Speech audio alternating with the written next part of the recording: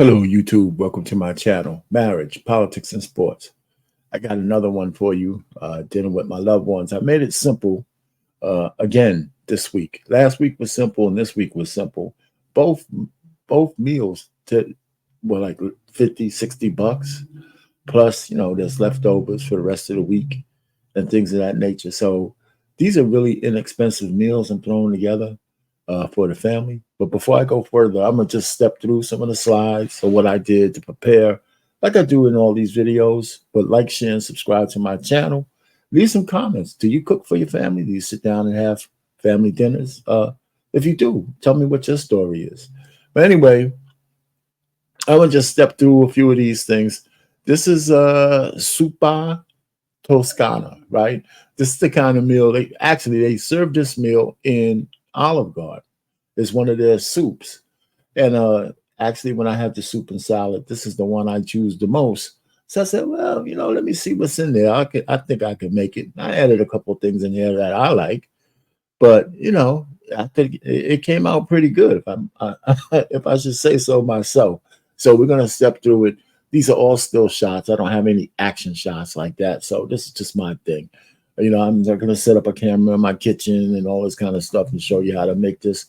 That's not my stick, but I just want to step through it because I'm an advocate for having dinner with the family as often as you can, but at least a couple of times, 3 or 4 or 5 times a month. So just sit down, break bread, have conversations to see how people are doing in your life, in your household, and those kind of things. So I encourage you that if you are in a household with your children and your wife, if you ain't doing this every day, like some people actually do, uh, but for the most part, I think most Americans probably just take their food, go in the room, watch TV, don't talk to each other, that kind of stuff. You got to have family dinner around the table.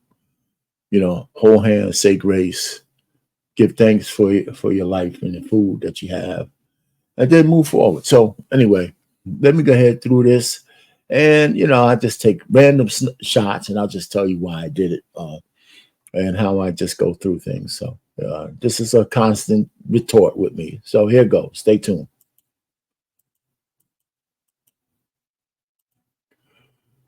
Ba, ba, ba, ba. Okay.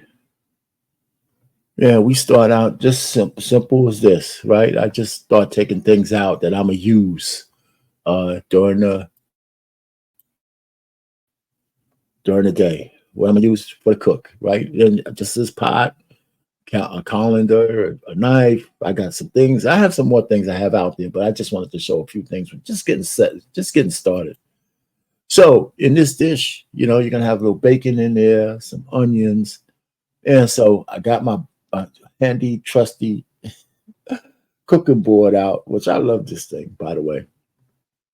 And I just want to do some pre setup. So I cut up the bacon, cut up the onions. Actually, then the first thing you do is I wanted to cook down these bacon, crisp them up, and things of that nature. So we're getting ready to get started to get this all together and put everything in this one pot. I have some red potatoes. See, I just want to show you. I wash them off real good, and because I leave the skin on. And these the kind of potatoes where there's no issue really leaving the skin off, but you still need to clean them. All right, cut them up. Then I washed them and cleaned them again. I had some mushrooms that I'm going to add. Now, this is in the Olive Garden thing. They don't give you mushrooms, but I do. I put if it's a meal that I can use mushrooms, I use mushrooms. I don't know. I love mushrooms. Anyway, this is going to be some sausage. I got some. For those of you who don't eat pork, okay, maybe this ain't for you, but I got some mild Italian and I got some hot Italian. So I mixed those together. I got some kale here, just getting it set up. Of course, I cleaned off the kale and took out those hard twigs and stuff. Stems, took those out. All right. Okay, so after I did the bacon, I put the sausage in there. Of course, I'm chopping it up. These are like preliminary pictures as I'm chopping it up. This is when I took the bacon and I put the mushrooms in there, took it out so it could The grease can drain. There's the cooked sausage. So then I put the onions in, and I put some garlic paste in there, a lot of garlic paste in there. And so that's the onions and garlic. So now we're going to start putting things together, okay? Then I put the potatoes in, and then I put the bacon in. I put the potatoes in. I didn't show them that. I put the potatoes in. They boil by themselves so they can get soft.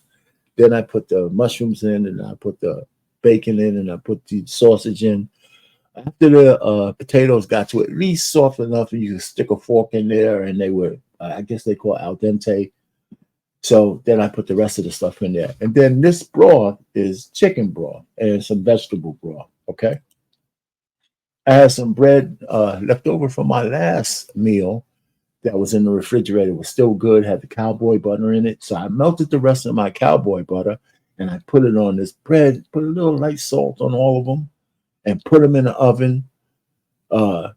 And this is what they look like. But I put them in the oven.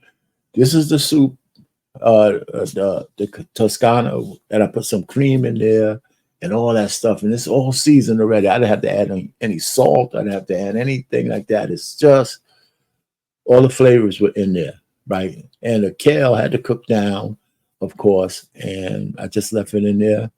And this is the bread that came out of the oven. I mean, then I put it on broil for a little while, so it got nice and crispy and just burst. It's like a bite of, you could just taste the cowboy butter and the herbs and the spices and the garlic and all that stuff on this bread. And so it was good to eat by itself. But, and so that's the soup, and get a couple of shots of that with all the nice stuff in there. So it was really good. I mean, if I should say so myself.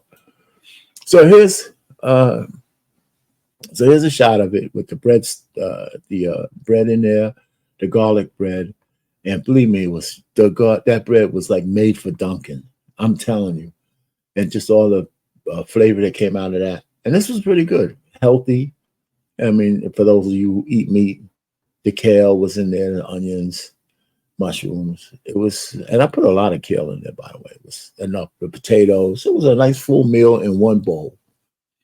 Nice full meal in one bowl for under $50 when I bought all the ingredients. So per plate or per bowl, it's got to be less than that, because there's plenty left for another meal or two. So there you have it. It was as simple as that. So not enough. You don't have to go any further than that. But it was an easy meal to make. You didn't have to,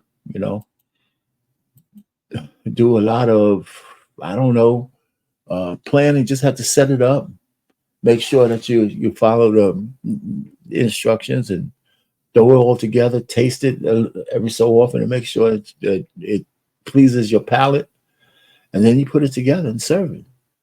It was a simple meal. It didn't take me that long. I'm watching a football game in between. We sat down there and we ate some dinner. And again, my taste testers said they loved it, of course. And I thought it was pretty good, so there you have it. If I wanted some more tonight, I could. Well, have something else. So this is leftover week.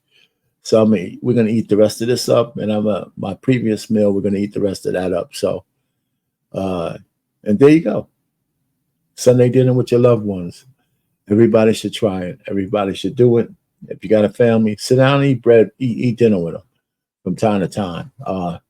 You'll never regret it. Our Pain, Marriage, Politics, and Sports. Over and out.